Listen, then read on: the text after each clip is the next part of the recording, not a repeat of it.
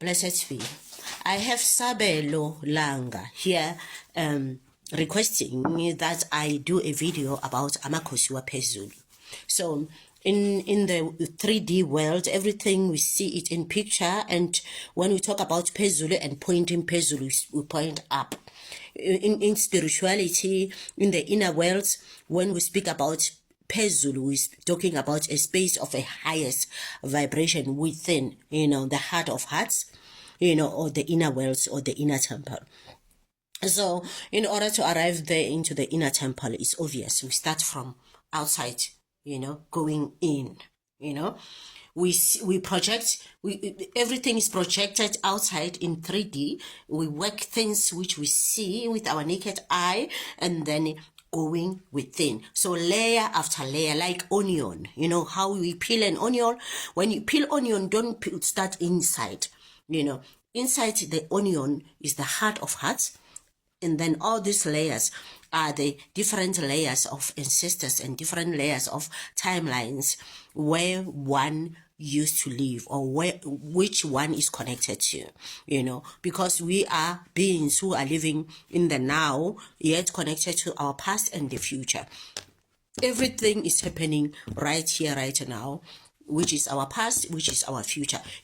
We just need to differentiate. So to arrive to Amakhosi, you have to finish all these layers. Then you arrive to Amakhosi waPhezulu, which is the space of the highest vibration in the heart of hearts. That is Baki Yading is called the heart of hearts. So when we do Amakhosi waPhezulu, obviously I told you, how it works, with the metaphor of a cabbage or an onion. All right. So now,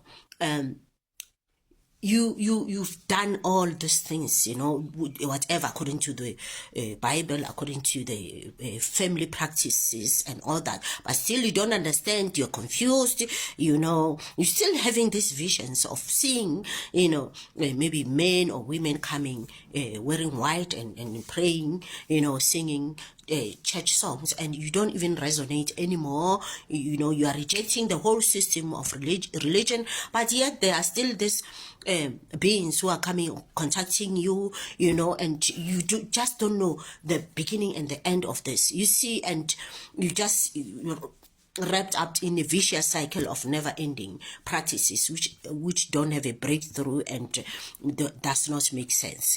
So. Now, when we do the work of Amakhosi, we usually start on the month of Cancer, or on the month of Capricorn. Yeah, so those are my two favorite months to start with. The month of Cancer is good because we are dealing with the waters, and somewhere on the path of Cancer, as we work and work and work, there is a path which enters the unconsciousness, which is the waters. Physically we see it as water. Spiritually, in a dream, you can see it as water, but in the wisdom or in the intelligence of Ubukhosi, we know that it's not really water. It's just this vast space of light, which when you look at it, you see it as water. However, it is the unconsciousness. It's the sea of the unconsciousness, where life begins and where life ends, However, it has no beginning, it has no end. That's where Amakhosi waPhezulu rule. They rule from that space, and that space, when you go deeper into it, is the space of super consciousness. So Amakhosi on that highest vibration, you can only reach them when you have completed all these shenanigans of slaughtering, kneeling down, praying to altars, and all that, and all that, and all that. And Amakhosi waPhezulu now, they do have levels and levels and levels. There are vibrations which one can handle, then there are vibrations which one cannot handle. In order for them to handle, they have to die, resurrect, and handle them, So there are layers and layers and layers also of Amakhosi waPhezulu. Actually, let me just say, let's talk about this Bhagi of the heart of hearts. Bhagi of the heart of hearts is the innermost, inner temple. That is the inner layer, as you peel this onion, that's inner part, that's part where you find your blueprint, So we are working on your DNA, remember.